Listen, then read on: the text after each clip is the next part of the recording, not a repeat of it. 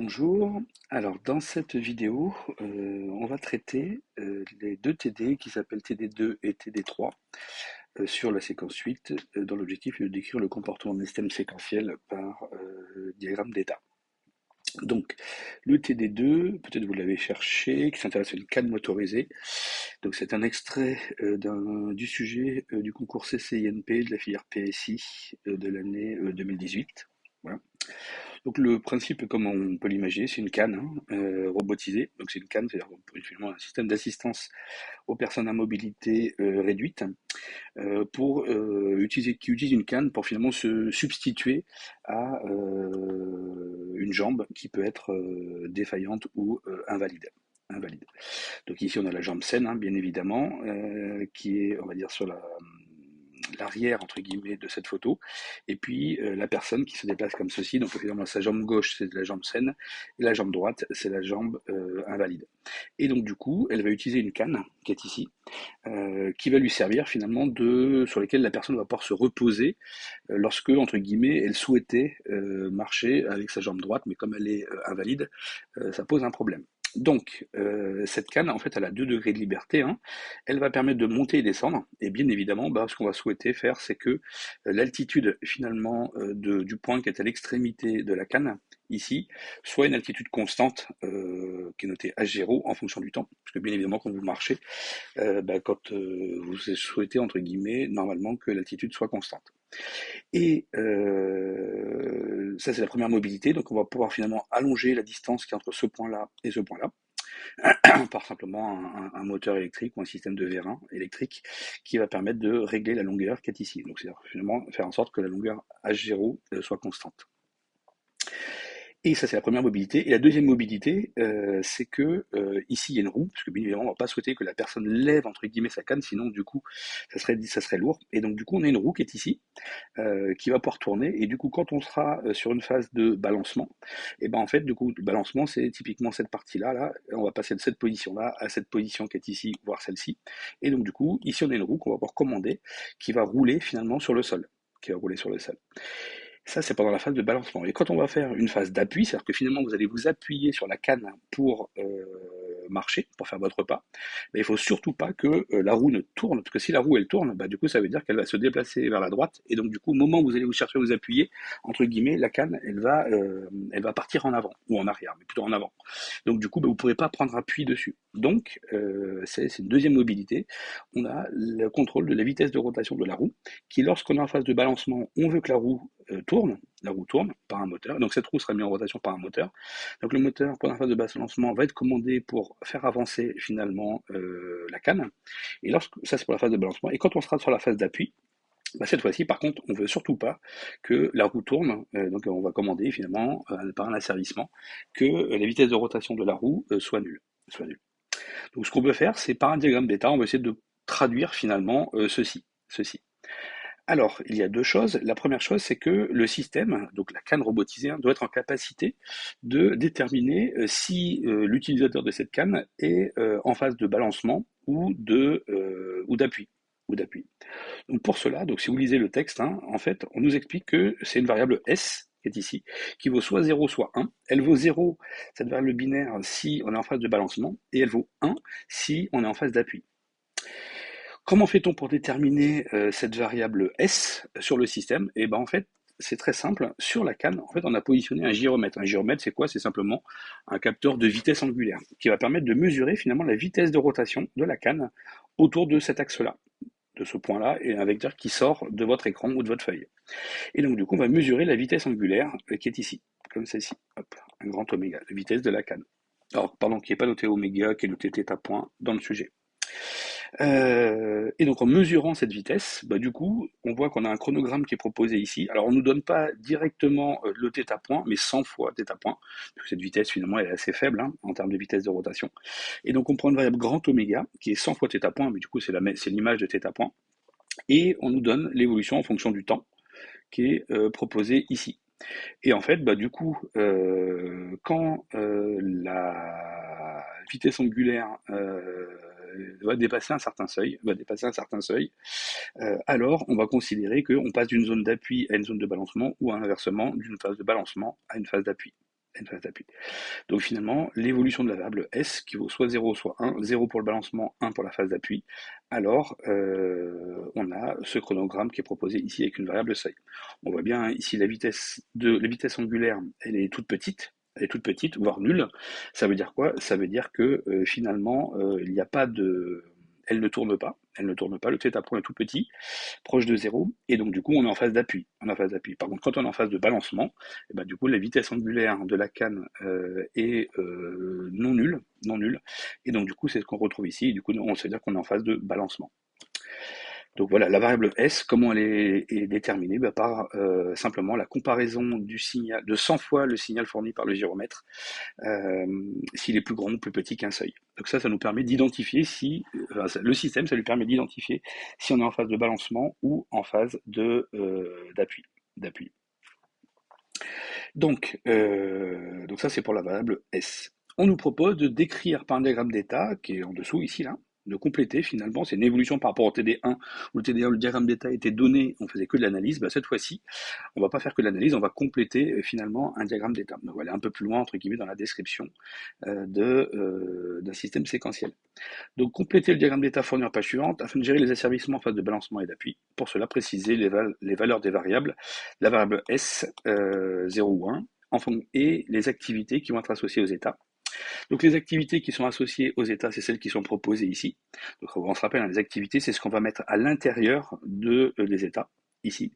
Et si on regarde ici, on voit que ce qu'on devra compléter comme activité, c'est uniquement les activités qui sont associées à l'état appui et à l'état balancement. Puis on devra compléter l'évolution, enfin les conditions de passage d'un état à un autre en complétant la valeur de la variable binaire S, soit 0, soit 1.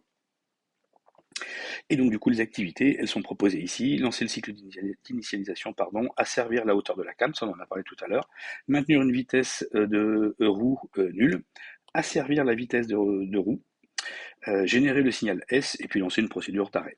Alors si on regarde ici, le diagramme d'état qui est proposé, donc on a l'état initial qui est ici, donc à la mise sous tension du système, on est dans cet état. Si l'utilisateur appuie sur un bouton qui sans doute s'appelle marche, alors qu'est-ce que l'on fait? On vient activer le gros état qui est ici. Alors si on regarde ce gros état, en fait c'est un état orthogonal, puisqu'on voit apparaître ici la ligne séparatrice en pointillé, qui veut dire que finalement c'est bien l'état orthogonal. On a deux zones, deux régions. Cette région qui est ici, qui va mener sa vie, entre guillemets, qui va évoluer au cours du temps, totalement indépendamment de cette deuxième sous-région qui est ici.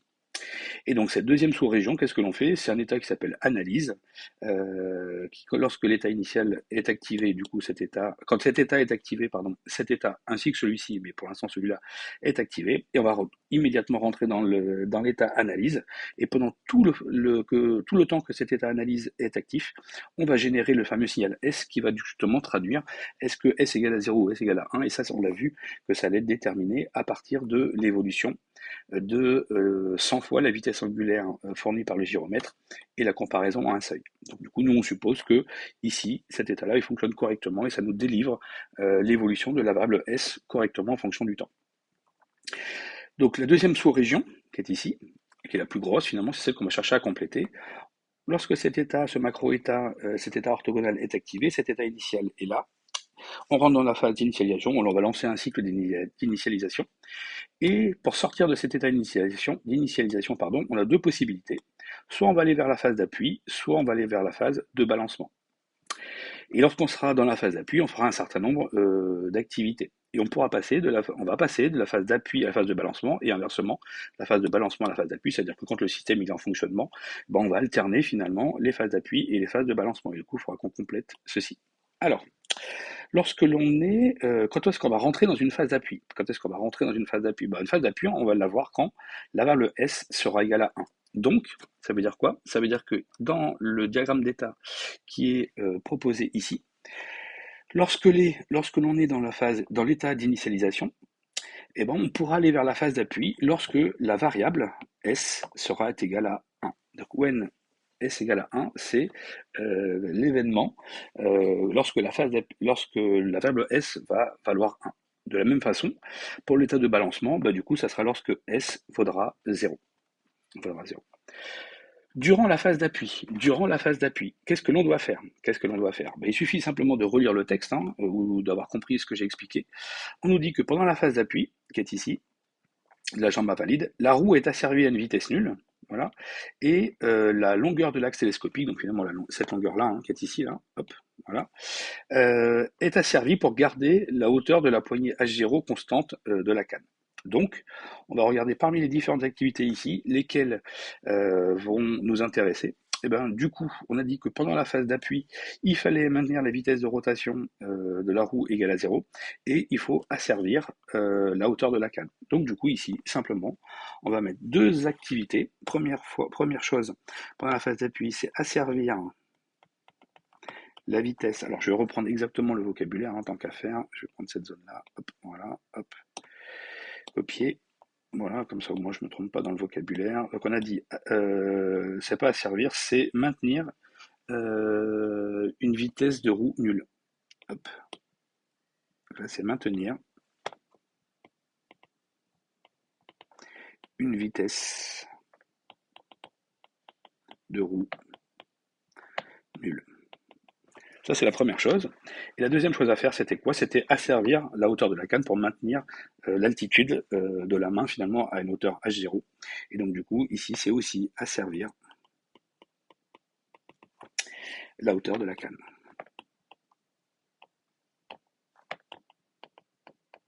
Voilà. Donc là, on est dans la phase d'appui. Pendant la phase d'appui, on va faire ces deux activités, maintenir une vitesse de roue nulle et asservir la hauteur de la canne.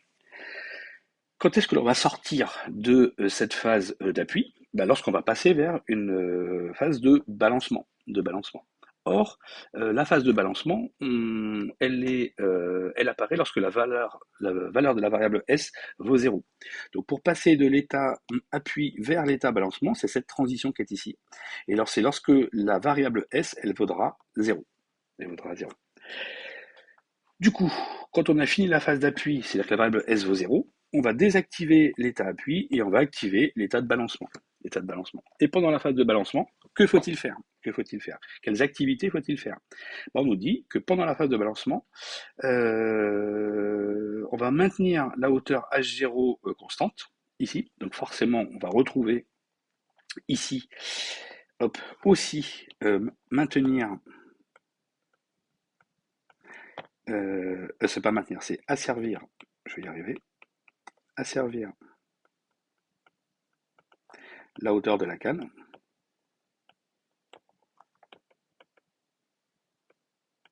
Aussi, voilà. Et cette fois-ci, il faut, pendant la phase de balancement, il faut asservir simplement la vitesse de la roue, qui est à une vitesse non nulle. Donc ici, il y a aussi asservir, hop, ici, asservir la vitesse de la roue. Voilà. Donc ça, on va faire ça tant que l'état balancement sera actif. Quand est-ce qu'on va sortir de cet état de balancement? Quand on va passer de l'état de balancement, ça va nécessairement aller vers la phase d'appui. Et donc la phase d'appui, on l'a lorsque la variable S, elle vaut 1. Et donc du coup, on va désactiver l'état balancement, c'est-à-dire qu'on va arrêter ces activités qui sont proposées ici et on va passer aux activités qui sont réalisées dans la phase d'appui. Et c'est bien un do ou un during, hein, puisque du coup, c'est pas simplement à l'entrée ou à la désactivation ou à la sortie de l'état. C'est pas tant que l'état d'appui est actif, il faut réaliser tout ce qui est ces deux activités qui sont ici. Et tant que l'état de balancement est actif, alors il faut réaliser ces deux activités qui sont ici. Voilà. Et puis là, on en a fini hein, de compléter ceci.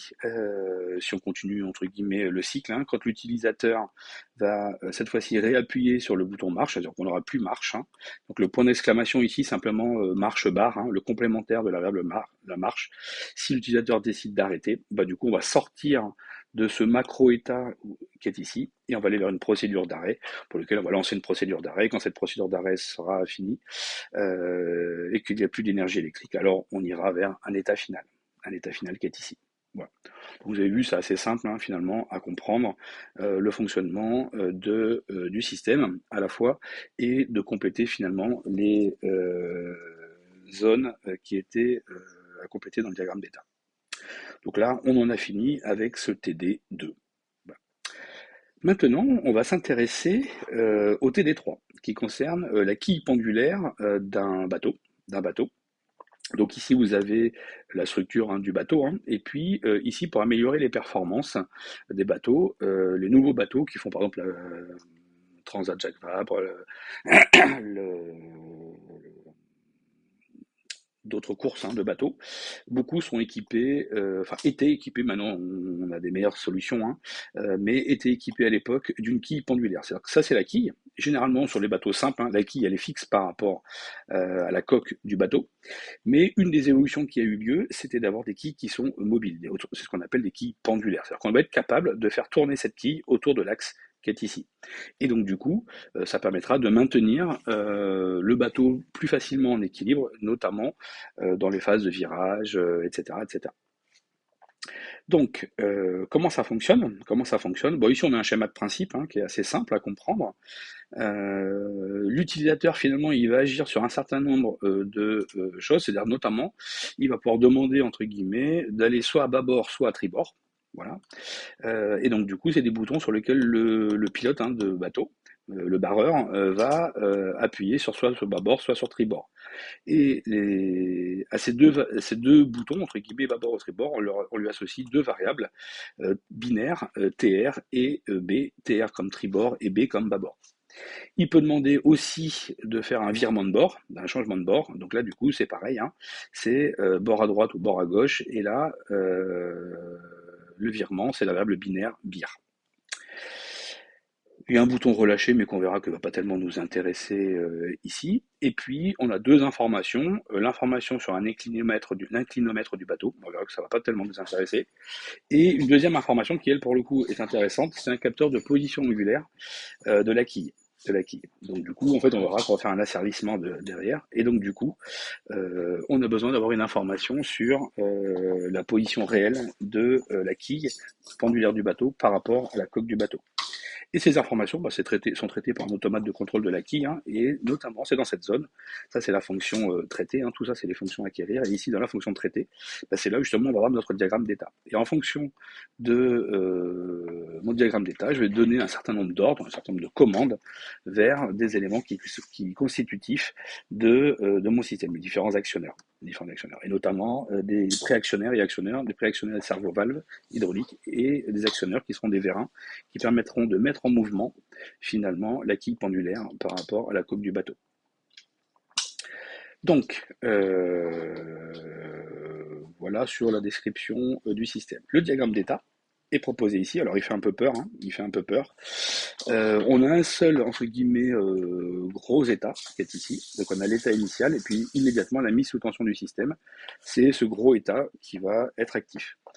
Cet état, en fait, c'est un état orthogonal parce que on voit apparaître encore une fois nos lignes pointillées là qui permettent de séparer trois régions. Une première région qui est ici, une deuxième région qui est ici, et une troisième région qui est ici. On rappelle dans les états orthogonaux, les fonctionnements dans chacune des régions sont totalement indépendantes des autres. Entre guillemets, c'est des diagrammes d'état qui vont évoluer librement et simplement. Alors, donc on a le diagramme d'état qui est ici. Que dire d'autre là-dessus? Ben, pas grand-chose d'autre. Pas grand-chose d'autre. On va enfin pouvoir commencer à traiter la question 1. Alors, on nous dit, alors s'il y a comme des choses qui sont intéressantes que j'ai oublié de dire, voilà, c'est celle-là.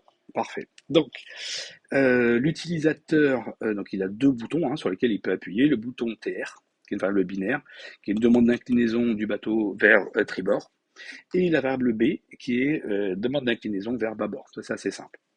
Et l'utilisateur, il a deux possibilités quand il va appuyer sur ces deux boutons, bâbord et tribord. Soit il fait un appui bref, sur l'un ou l'autre des boutons, hein, donc soit sur TR, soit sur B. Et qu'est-ce qui se passe quand il appuie soit sur TR ou sur B, sur un appui bref? En fait, ça veut dire qu'il va commander une rotation de la quille pendulaire par rapport à la coque de seulement 1 degré. 1 degré. Donc ça, c'est des appuis brefs, on va voir ce que ça correspond à un appui bref. Puis s'il appuie plus longtemps, bah, ça va faire le même comportement, mais cette fois-ci, on va demander à la quille pendulaire de tourner de 10 degrés. De 10 degrés. Donc si on fait des appuis courts, en fait à chaque fois on va incrémenter ou décrémenter une consigne de position angulaire de la quille de 1 degré. C'est ce qu'on appelle les appuis brefs. Et si on reste appuyé plus longtemps, et ben en fait on aura des consignes qui vont évoluer par pas de plus ou moins 10 degrés. 10 degrés. Au lieu d'avoir un bouton pour bâbord 1 degré et bâbord 10 degrés, et bah, du coup, c'est la durée d'appui sur le bouton bâbord qui va définir si on veut faire varier la consigne de 1 degré ou 10 degrés. Alors, on nous donne un chronogramme qui est ici. On donne un chronogramme qui est ici. Donc, on rappelle un chronogramme, hein, c'est simplement l'évolution des variables au cours du temps. Donc ici, on nous définit l'évolution de la variable B au cours du temps et l'évolution de la variable TR en fonction du temps. Donc ça, c'est le barreur, hein, le pilote du bateau, qui va imposer finalement le comportement de la quille pendulaire. Si on regarde ici, comme juste ces deux grandeurs qui sont ici, bâbord et tribord, les deux boutons. Au départ, jusqu'à l'instant petit t0, qui est ici, qu'est-ce qui se passe? L'utilisateur n'appuie sur rien, il n'appuie ni sur bâbord ni sur tribord. Et on nous dit que la position angulaire de consigne de la quille, elle est de 20 degrés. Dans un premier temps, on va supposer que notre système il est précis, c'est-à-dire que ça fait très longtemps qu'on n'a pas appuyé sur bâbord et tribord et que du coup, on lui a dit que la consigne était de 20 degrés, donc la quille est orientée d'un angle de 20 degrés. Ensuite, qu'est-ce qui se passe? Le pilote, qu'est-ce qu'il fait? Il appuie sur le bouton bâbord et il appuie pendant une durée de combien? Pendant toute cette durée qui est proposée ici. Toute cette durée qui est proposée ici. Et cette durée, si on regarde ici, la durée entre deux traits verticaux, c'est une durée de 0,5 secondes. Donc ça, c'est ce qu'on va appeler un appui bref. Un appui bref. L'appui bref, c'est qu'il a une durée qui est plus petite qu'une seconde. Donc là, il appuie une demi-seconde sur bâbord. Puis il relâche. Donc là, il a appuyé une première fois, puis il a relâché. Puis il a réappuyé une deuxième fois, il a relâché. Puis il a appuyé une troisième fois, puis il a relâché. Puis il ne se passe plus rien ensuite sur bâbord. Donc ça, c'est le pilote qui impose ça. Donc là, c'est 3 appuis brefs de moins d'une seconde et plus précisément d'une demi-seconde à chaque fois. La valve tribord, donc à l'issue des 3 appuis sur bâbord, qu'est-ce qu'il fait? Au bout d'un certain temps, plus tard, qu'est-ce qu'il fait? Il appuie une première fois sur tribord. Et c'est un appui bref sur tribord, puisque ça dure encore une fois moins d'une seconde et plus précisément même une demi-seconde. Et beaucoup plus tard, finalement, qu'est-ce qu'il fait? Il appuie de nouveau sur tribord, mais cette fois-ci, il appuie pendant une durée qui est 1, 2, 3, 4 secondes et un petit peu. 4 secondes et un petit peu. Donc là, c'est ce qu'on va considérer comme un appui long. Un appui long.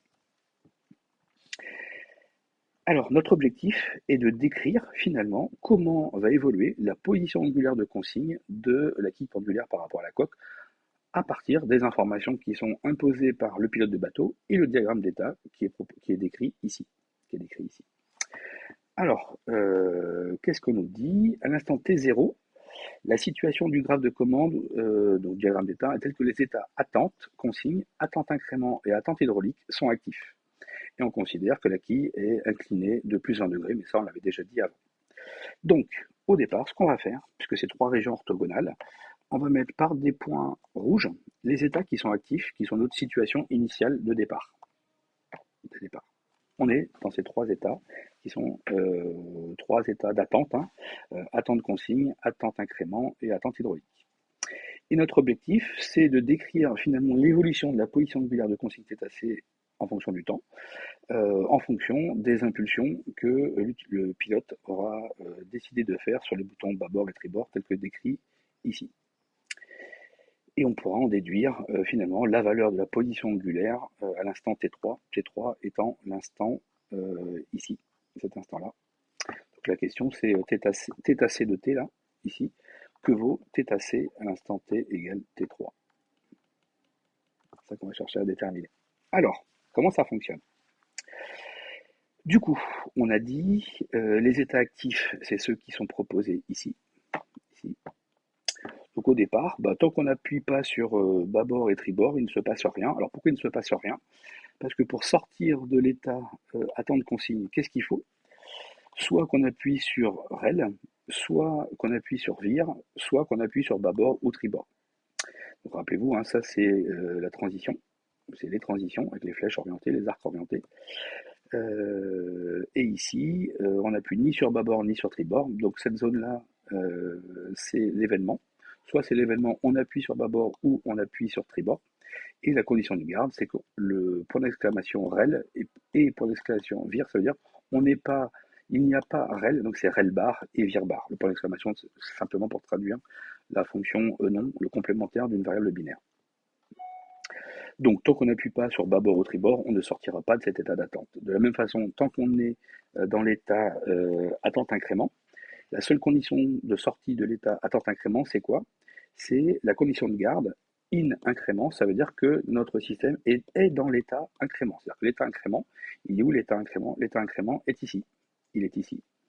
Et donc, du coup, pour passer de attente consigne à état incrément, il faudrait qu'on appuie sur bâbord ou tribord. Et comme l'état incrément n'est pas actif, alors on ne pourra pas sortir de l'état attente incrément. Donc, on ne pourra sortir de l'état attente incrément que lorsque l'utilisateur aura appuyé soit sur bâbord, soit sur tribord, ou d'autres, et c'est tout. Et c'est tout, que bâbord ou tribord. Et celui-ci, est-ce qu'on va sortir de l'état attente hydro? Pour sortir de l'état attente hydro, il n'y a qu'une seule transition qui est ici. Soit on est dans l'état relâchement, ou on est dans l'état virement, ou on est dans l'état incrément. Et comme encore une fois, on est dans l'état attente consigne, et qu'on va y rester tant qu'on n'appuie pas sur bâbord ou tribord, alors on va rester dans l'attente hydraulique. Donc ça veut dire quoi? Ça veut dire que finalement ma variable θc, dans mon chronogramme, ici, elle ne va pas changer jusqu'à être ici, jusqu'à cet instant-là, qui est l'instant T0. Ensuite, l'utilisateur appuie sur bâbord, sur B, pendant une durée qui est courte. Une durée qui est courte. Alors, donc l'utilisateur appuie sur bâbord. Donc qu'est-ce qui va se passer? Qu'est-ce qui va se passer?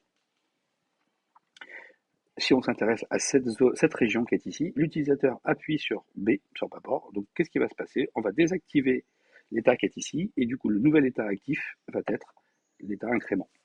Alors pourquoi c'est l'état incrément? Puisque l'événement, j'ai appuyé sur bâbord, ou tribord, mais en l'occurrence sur bâbord, donc l'événement est vrai, et ma condition de garde, c'est je n'ai pas appuyé sur rel et je n'ai pas appuyé sur vir, et comme on ne les a pas du tout appuyés, bien évidemment, la transition est franchie, et donc on désactive l'état attente consigne et on passe dans l'état incrément.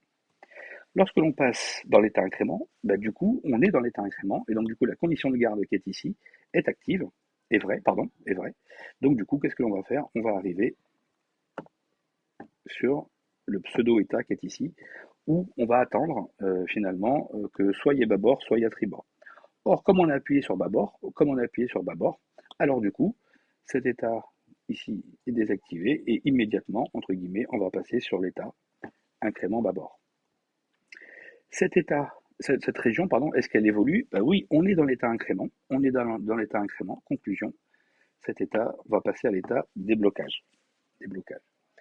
Donc on va débloquer les vérins qui permettent de mettre en mouvement la quille pendulaire par rapport à la coque. Lorsque cet état débloqué, les vérins va se désactiver, on va arriver au pseudo-état qui est ici. Au pseudo-état qui est ici. Et qu'est-ce qui se passe? Donc on a dit on était dans incrément, ouais, donc on est arrivé ici. Et on est dans l'état incrément, et donc du coup, si on est dans l'état incrément, on va passer ici. Donc là, on va passer de cet état-là à ce pseudo-état. Et ce pseudo-état, puisqu'on est dans l'état incrément, on va arriver ici. Puisqu'on n'est pas dans ces deux états-là, forcément, il va passer ici. Donc immédiatement, entre guillemets, hop, je vais faire ça. J'arrive ici. Donc cet état-là est actif. Et qu'est-ce que l'on fait? On va asservir la consigne, asservir la position angulaire de la quille par rapport à la coque à la valeur de la consigne θc. Donc on est à 20 degrés, c'est bon. Ensuite, qu'est-ce qui se passe? Alors, on a dit on est dans l'état incrément bâbord. À quelles conditions je sors de l'état incrément bâbord? Deux possibilités. Soit après une seconde, donc après une seconde que je suis rentré dans l'état bâbord, donc c'est l'événement after une seconde, c'est un événement temporel, hein. À une seconde après être rentré dans l'état bâbord, je vais passer par ici. Si je suis resté une seconde ici. Si l'utilisateur a relâché le bâbord, le bouton bâbord, donc il a relâché avant les 1 seconde, alors s'il a relâché, on va passer de l'état incrément vers le pseudo-état ici, c'est-à-dire que l'événement front montant de B bar, autrement dit front descendant de B, est actif. Donc, nous, combien de temps dure l'appui sur bâbord? ben, on a dit, c'est un état bref, c'est-à-dire moins d'une demi-seconde, c'est-à-dire que quand il a fait ça, en fait, on a fait un appui bref, on a fait un appui bref, et donc du coup, on va sortir de cet état incrément bâbord, et on va passer au pseudo-état qui est ici, parce que je suis resté moins d'une seconde, moins d'une seconde. Du coup, si je suis resté moins d'une seconde, qu'est-ce que l'on fait? B est passé à 0, donc c'est bien un front montant de B bar, et je fais un effet, c'est-à-dire que j'impose que ma position angulaire de consigne, elle vaut quoi? Elle vaut la valeur de θ, la valeur de θ, donc qui était θ consigne qui était 20 degrés, et j'incrémente cette valeur de 1 degré. J'incrémente cette valeur de 1 degré. Et du coup, j'incrémente ma valeur de 1 degré, et du coup, je retourne vers j'arrive sur fin incrément. Donc, du coup, celui-ci est désactivé. J'arrive ici, et la condition de sortie de celui-ci, c'est celle-ci. Et du coup, puisqu'il n'y a pas de condition de sortie, entre guillemets, il va immédiatement franchir l'état. Hop, là j'efface. Voilà. Hop, il va immédiatement franchir la transition et du coup revenir ici. Mais on a vu que ici, j'ai incrémenté ma valeur de θc de 1 degré. De 1 degré. Conclusion. Alors, je l'ai incrémenté à quel moment? À quel moment? Au front montant de B bar, au front montant de B bar, autrement dit au front descendant de B. Donc, au moment où B va redescendre, on va passer de 1 à 0, c'est là où je vais incrémenter ma variable θc. Donc, du coup, je vais faire un trait ici. Hop, voilà, ça, et je vais le mettre un peu plus grand, un peu plus épais pour avoir à peu près. Voilà, parfait. Donc au front descendant de B, ici à cet instant-là, j'incrémente mon compteur. Enfin, j'incrémente ma valeur de θc. J'incrémente ma valeur de θc. Donc du coup, hop, je reprends mon stylo rouge qui est ici, voilà, et j'incrémente ça. Alors 20, donc du coup ici, si on a 30, donc là on a 25, bon, peu importe, hein, là, on n'est pas, je vais faire un copier, voilà, coller, hop, raté, voilà, hop, toc. On va dire que ceci est 21 degrés. Hop, ça.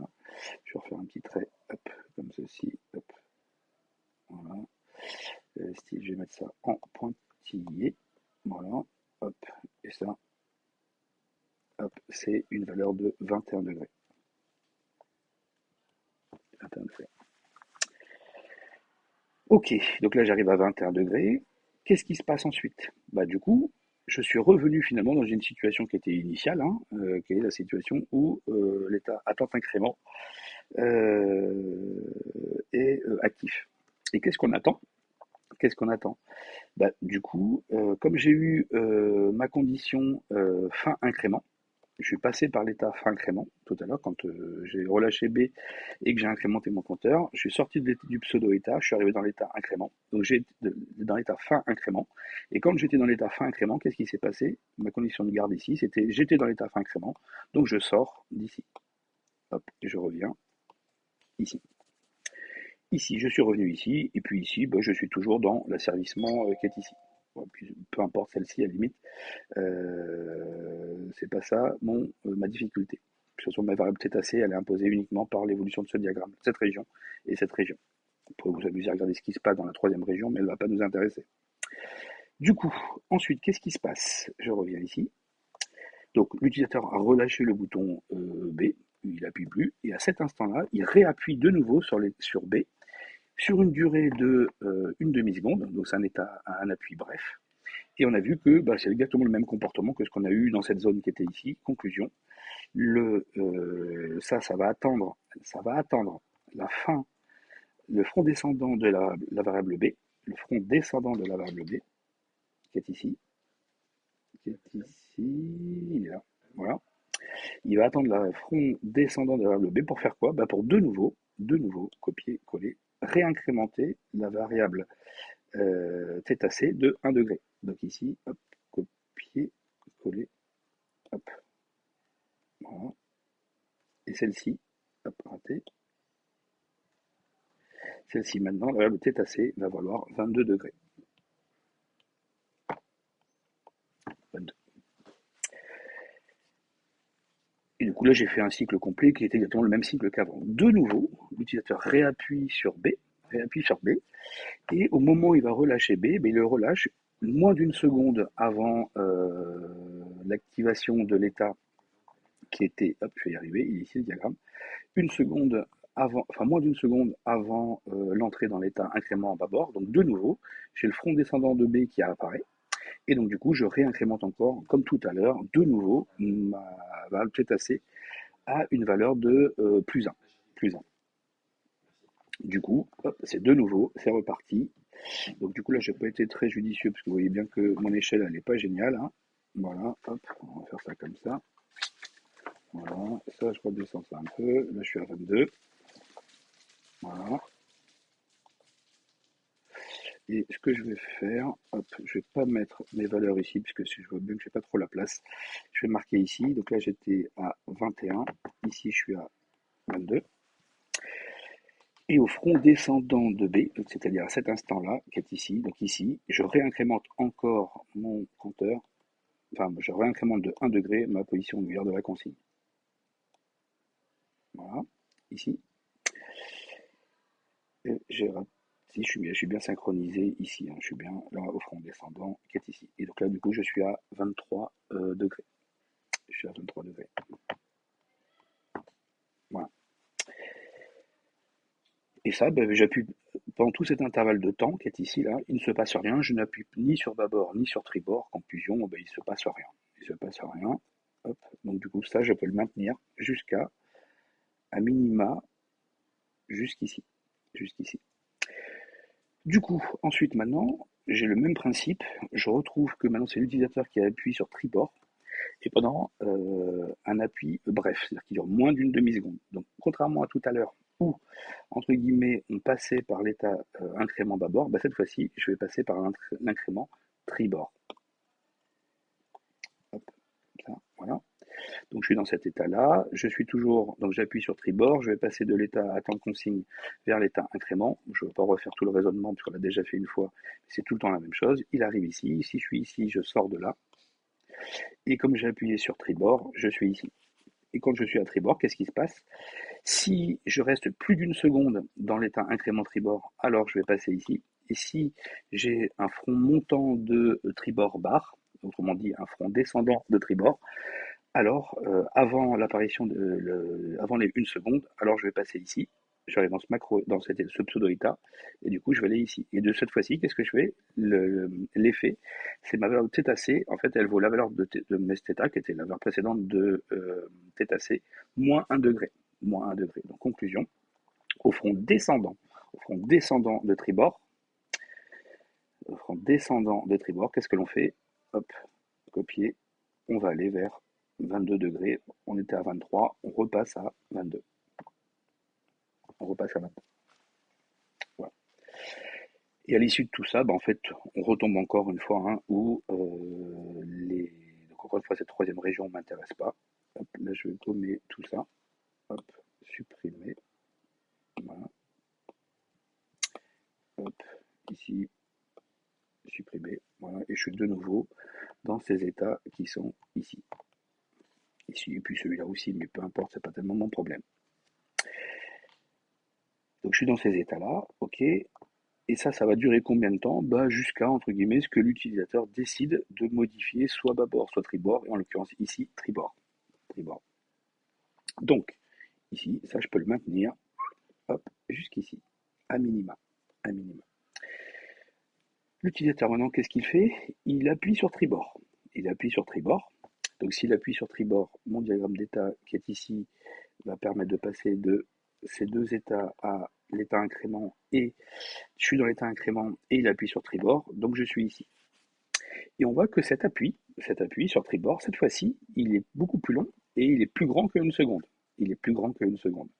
Donc ça veut dire quoi? Ça veut dire que le after une seconde, l'événement after une seconde va devenir vrai. Donc j'ai un front montant de after une seconde. Si j'ai un front montant de after une seconde, qui est ici, donc je n'ai pas relâché tribord, hein, donc je ne peux absolument pas passer par ici. After une seconde est vrai, et qu'est-ce qu'on fait comme effet? On dit que mθ vaut la valeur de la valeur exacte de la position angulaire. Et du coup, je vais rentrer dans l'état fort incrément tribord. Ou qu'est-ce que l'on fait dans cet état fort incrément tribord? À l'activation de l'état fort incrément tribord, on dit que la valeur de θc, c'est l'ancienne valeur de θc, hein, puisque j'ai mis à jour ici, mθ, c'était la valeur de θc, moins 10 degrés. Moins 10 degrés. Donc cette fois-ci, ma position de consigne, je la décrémente de 10 degrés. Je la décrémente de 10 degrés. Donc, une seconde après l'appui sur tribord, donc une seconde, c'est où? Ben, c'est la durée entre deux intervalles qui est ici. Ici. Une seconde après, qu'est-ce que l'on fait?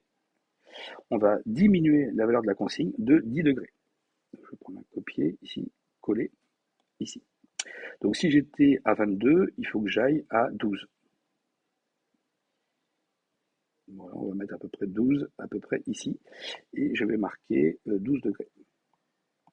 12 degrés. Donc c'est les 22 moins 10. Donc ça fait ça. Ensuite, qu'est-ce qui se passe? Ben là, du coup, il faut que je regarde quand je suis dans l'état fort incrément tribord, deux possibilités pour sortir de cet état. Deux possibilités pour sortir de cet état. Soit l'utilisateur relâche le bouton tribord, c'est-à-dire que je n'ai plus tribord, encore une fois le point d'exclamation signifie TR bar, soit l'utilisateur a relâché tribord, et auquel cas je vais passer de l'état fort incrément vers l'état fin incrément, soit je n'ai pas relâché, et là j'ai une transition réflexive qui dit quoi? Une seconde après être rentré dans l'état fort incrément tribord, si j'ai pas relâché tribord, une seconde plus tard, qu'est-ce que je fais? Je dis que mθ vaut θc. Et puisque c'est une transition réflexive, qu'est-ce qui se passe?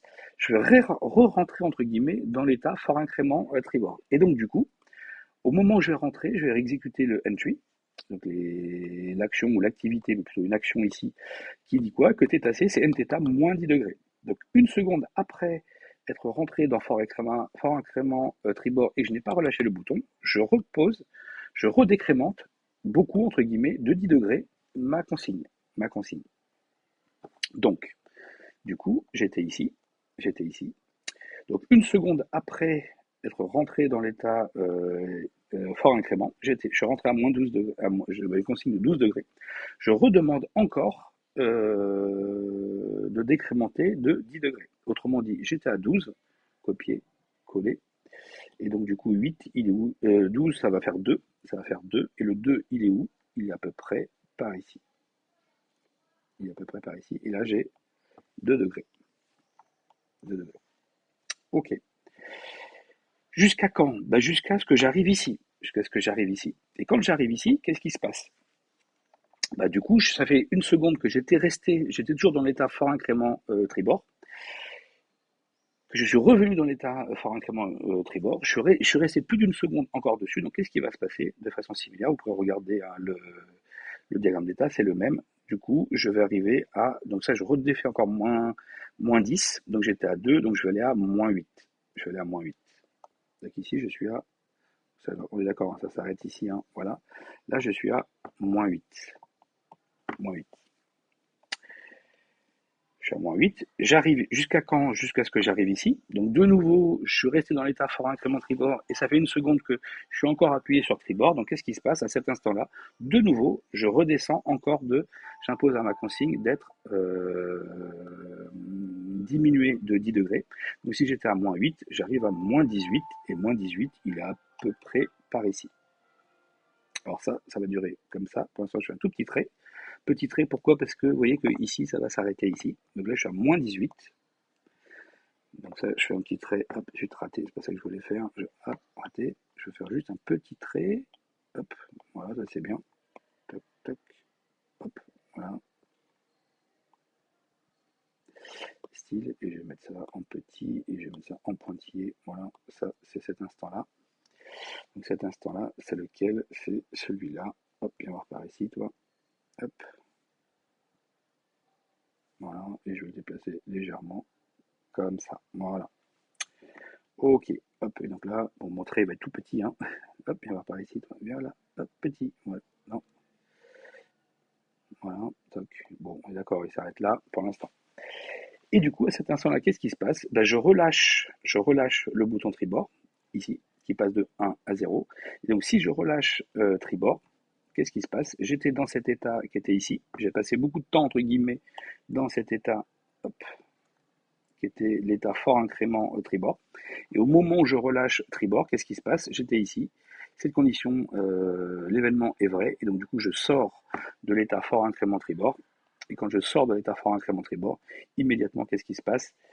Je vais dans l'état fin incrément et aussitôt je passe ici. Et si j'ai fin incrément, du coup lui, qu'est-ce qu'il fait? Hop, il revient ici. Il revient ici.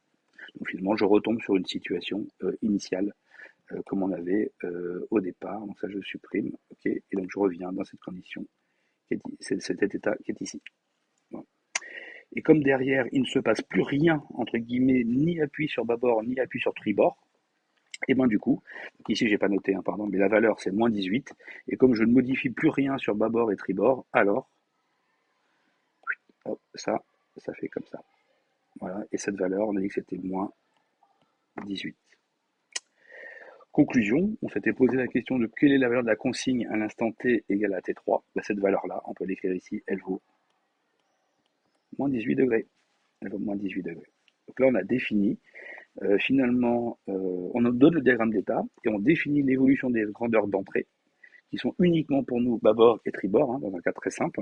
Après, on pourrait mettre virement, relâchement, etc. Mais encore une fois, on fait quelque chose de très simple. Et déjà, il y a un peu de travail à faire. Et on a été capable, en analysant le diagramme d'état, de décrire finalement comment évoluer la valeur de la position angulaire de consigne de la quille pendulaire par rapport à la coque. Voilà. Donc ici, on en a fini de traiter la question 1.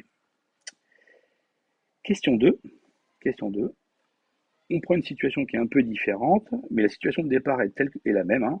On a tous les états attentes sont actifs, c'est-à-dire attente consigne, attente incrément et attente hydro.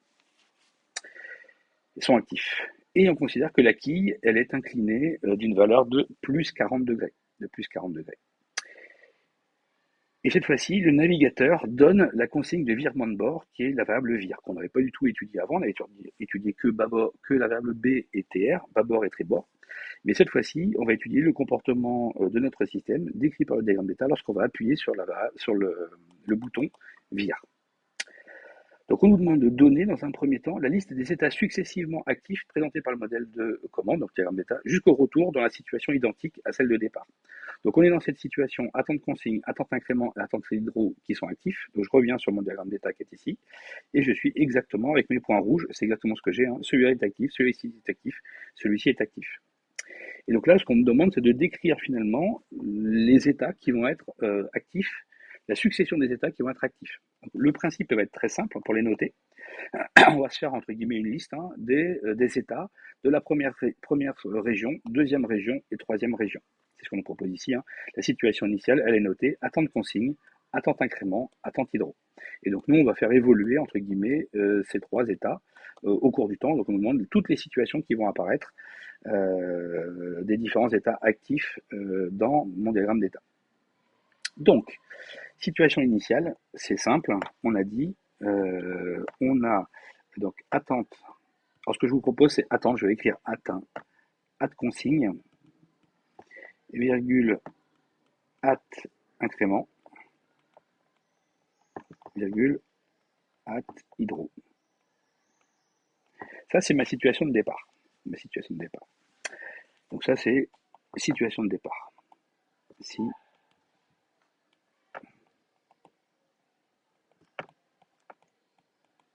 départ. Ensuite, l'utilisateur appuie sur la variable vire. Il appuie sur vire. Qu'est-ce qui va se passer? Qu'est-ce qui va se passer? Alors, s'il appuie sur vert, alors on va regarder dans un premier temps celui-ci, cette région-là. S'il appuie sur vire, donc l'événement vire et l'occurrence de vire est vrai. Donc du coup, on va passer de attente consigne vers l'état virement. Si on est sur virement, si on est sur l'état virement, qu'est-ce que l'on fait? Lorsqu'on arrive dans l'état virement, pardon, alors je dis que θc, la position angulaire de la consigne, elle vaut moins mès de θ, par qu'il y a un moins ici. Donc comme elle était à 40 degrés, bah du coup qu'est-ce qu'on va faire? Là ça nous dit que θc, que le θc, il vaut combien? Moins 40 degrés.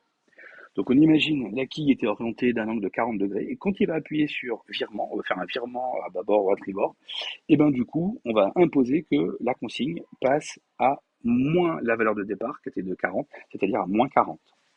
Donc on veut passer de plus 40 degrés à moins 40 degrés.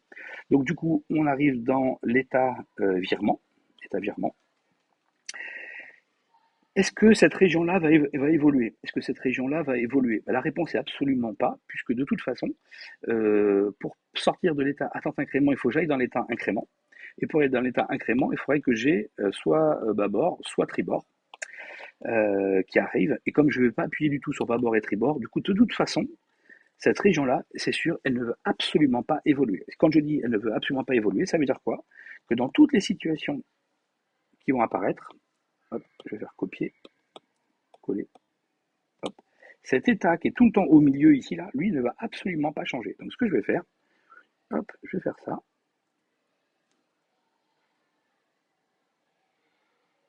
Hop, voilà. C'est pas ça que je cherche. C'était ça. Voilà. Hop. Copier, coller, hop, coller. Voilà, je sais que de toute façon, cet état ne va jamais évoluer. Il ne va jamais évoluer. Bon, je sais pas combien il faut que j'en mette. Hein. Hop, on va faire ça. Hop, j'en fais un dernier. Je n'ai aucune idée de ça. Ok, donc quand il appuie sur vire, qu'est-ce qui se passe? On a dit, on a dit, on passe de l'état attente consigne vers l'état virement. Donc le premier état, ici, c'est virement. Voilà, virement. Attente incrément, on a dit, il bouge pas. Et la troisième région, qu'est-ce qui lui arrive sur la troisième région? On a dit, on était dans l'état attente hydraulique. Soit la condition de garde, c'est soit je suis dans l'état relâchement, soit dans l'état virement, soit dans l'état incrément. Or, je suis dans l'état virement. Conclusion, je vais passer vers l'état déblocage des vérins. Déblocage. Donc du coup, ici, hop, déblocage, je suis ici. Je suis ici. Donc si je suis ici, je reviens là, et donc du coup, il s'appelle déblocage. Hop, voilà, ici, déblocage. Ok, ensuite, donc là, je suis dans la situation qui est proposée ici. Ce que je vous propose, hein, puisqu'on vient d'expliquer que cette région-là ne va absolument pas évoluer, on va s'intéresser que à la première région et à la troisième région qui est ici. Du coup, je suis dans l'état déblocage et je suis dans l'état virement. Quand est-ce que je vais sortir de cet état virement? Lorsque je serai dans cette condition sera vraie, c'est-à-dire que la condition de garde qui est in fin de mouvement, c'est-à-dire que quand l'état fin de mouvement sera vrai, et l'état fin de mouvement, il est où? L'état fin de mouvement, c'est lorsque je serai ici.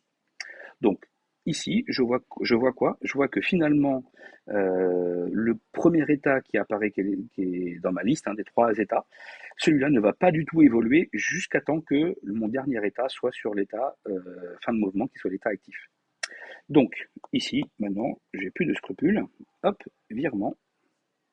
Pendant un certain nombre, hop, copier, coller, coller. Je fais ça, j'en sais rien combien il m'en faut, j'en rajouterai s'il le faut. Je vais faire ça et c'est bien. Du coup, je suis passé dans l'état déblocage. Quand je suis dans l'état déblocage, qu'est-ce qui se passe? À la fin de l'activité débloquer les vérins, on va passer dans le pseudo-état. Et ce pseudo-état, qu'est-ce qui se passe? Je vais où? Soit je vais ici dans l'asservissement si j'étais dans l'état incrément, mais je n'y suis pas. Par contre, je suis dans l'état virement, donc du coup, je vais passer ici. Donc du coup, cet état ne devient plus actif. C'est plus l'état déblocage, mais c'est l'état attente, retour quille. Donc dans ma succession des états, ici, j'ai attente, retour, quille. Donc j'ai virement, attente incrément et attente retour quille qui sont actifs. Donc c'est la situation qui est proposée ici. Qui est proposée ici. Alors, ici, qu'est-ce qui se passe? Comment je peux sortir de cet état attente retour quille? Là, du coup, je suis passé de plus 40 degrés, j'ai demandé à ce que mon angle de consigne maintenant va à moins 40 degrés, moins 40 degrés. Et donc, du coup, on nous dit les conditions, donc les événements, il y a deux sorties hein, possibles, celle-ci et celle-ci. Soit je passe par ici, c'est lorsque la valeur de θ, elle est égale à moins, elle est égale à la valeur absolue de mesure de alpha. Donc en gros, quand ma position angulaire sera atteinte, donc le θ de t sera égal en valeur absolue à ma consigne, et pardon, et ma condition de garde, c'est je suis dans l'état relâchement. Or, l'état relâchement, c'est celui qui est ici. Et cet état relâchement, je n'y irai que si j'ai appuyé sur le bouton REL, qui est le bouton relâchement. Comme je n'ai absolument pas appuyé sur le bouton relâchement, je ne pourrai jamais avoir l'état relâchement. Si je ne peux pas avoir l'état relâchement, donc je ne pourrai jamais passer par cette transition qui est ici. Donc forcément, la seule transition qui pourra être testée, c'est celle qui est ici. Donc on voit bien que l'événement, c'est exactement le même que celui-ci. Hein. Tant que mèse de θ est égal à la valeur absolue de mèse de alpha, donc la position angulaire réelle, et que je suis dans l'état virement, donc du coup la seule condition, c'est de passer de l'état attente retourquille vers l'état asservissement. Donc du coup, forcément, l'état suivant attente retourquille, c'est l'état asservissement. Voilà. Lorsque je suis dans l'état asservissement, je suis ici. Qu'est-ce qui se passe?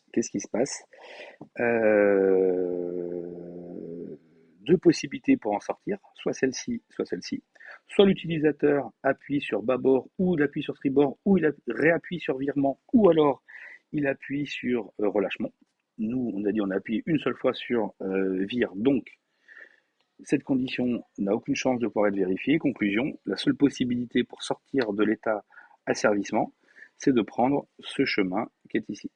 Et donc là, c'est quand la valeur de la position angulaire réelle de ma quille, elle est égale à la consigne, c'est-à-dire que je lui dis de passer de plus 40 à moins 40, donc l'angle il évolue, il passe de 40, 39, 38, 37, 36, moins 37, moins 38, moins 39, puis il arrive à moins 40, Du coup, cet événement-là est vrai, donc on va passer vers l'état blocage, donc cet état n'est plus actif et on est dans l'état blocage. Alors, pardon, j'ai oublié de gommer, hein, bien évidemment, celui-là tout à l'heure. On est dans l'état blocage. Donc l'état suivant, la situation suivante, c'est les deux premiers sont les mêmes états et le troisième état, c'est l'état blocage. Et lorsque les vérins seront bloqués, qu'est-ce qui va se passer? On va arriver à fin de mouvement. Et quand j'arrive à fin de mouvement, qu'est-ce qu'on a dit tout à l'heure? Dans celui-là, si je suis dans l'état fin de mouvement, alors je sors de l'état virement pour retourner dans l'état attente consigne. Donc, après l'état asservissement, je vais dans l'état blocage. Ici, blocage. Quand je suis dans l'état blocage, qu'est-ce qui se passe? J'ai dit, il va arriver quoi? Je vais arriver à l'état fin de mouvement. Donc ici, je peux recopier ça, virement, copier, coller. Je vais arriver dans l'état fin de mouvement. Ici. Mouvement, je mets MVT1, fin de mouvement. Et quand je suis à l'état fin de mouvement, qu'est-ce qui se passe? Je retourne. La seule condition de sortie de l'état fin de mouvement, c'est celle-ci. Je retourne sur attente hydraulique. Et quand je suis à fin de mouvement, j'ai dit que je retournais aussi sur attente consigne. Donc du coup, je retourne sur attente consigne. Copier, coller, attente consigne. Et j'arrive sur... je reviens aussi sur attente hydro. Voilà.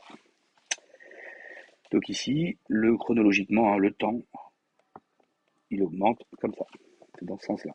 Donc on passe de cet état-là, cette situation vers celle-ci, puis celle-ci, puis celle-ci, puis celle-ci, puis celle-ci. Et on voit bien que celle-ci, finalement, c'est exactement la même que celle qui était initialement. Donc on est bien revenu à la situation de départ. Donc quand il y a la situation de départ, on a appuyé sur vire, et voilà tous les états qui vont être actifs indépendamment les uns des autres.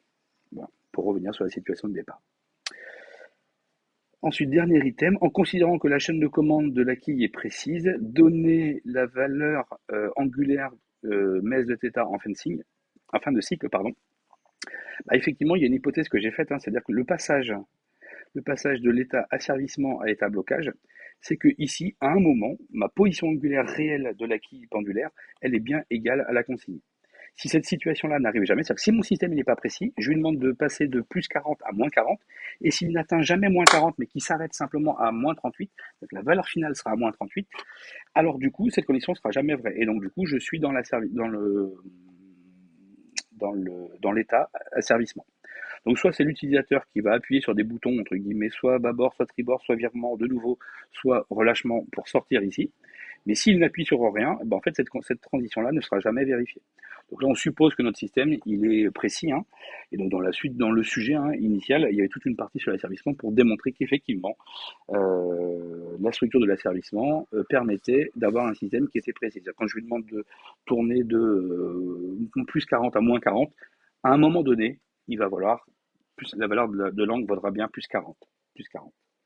Et donc du coup, j'arrive à blocage des vérins et je peux bien sortir ici. Donc finalement, la valeur mesteta, elle vaut quoi? La valeur mesteta, et ben on a dit, elle vaut moins 40, puisqu'on est passé de plus 40 à moins 40. Donc la valeur mesteta, mes de θ, elle vaut moins 40 degrés. Ici. Donc on fait bien un virement, on fait un virement de bâbord à tribord ou de tribord à bâbord. On avait plus 40 degrés d'un côté, et dès qu'il a appuyé sur vire, hop, qu'est-ce qu'il a fait? Il a bien changé de cap complètement et il a mis l'angle à moins la valeur de départ. Si on était à plus 30 au départ, il l'aurait mis à moins 30. À moins 30.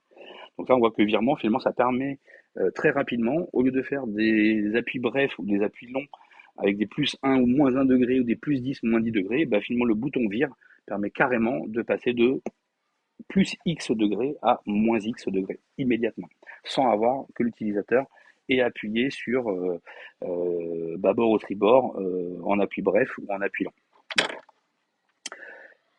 Y a-t-il d'autres questions? Eh bien non, c'était la dernière question de ce TD. Voilà. Donc, fin de cette vidéo pour le traitement des TD 2 et 3.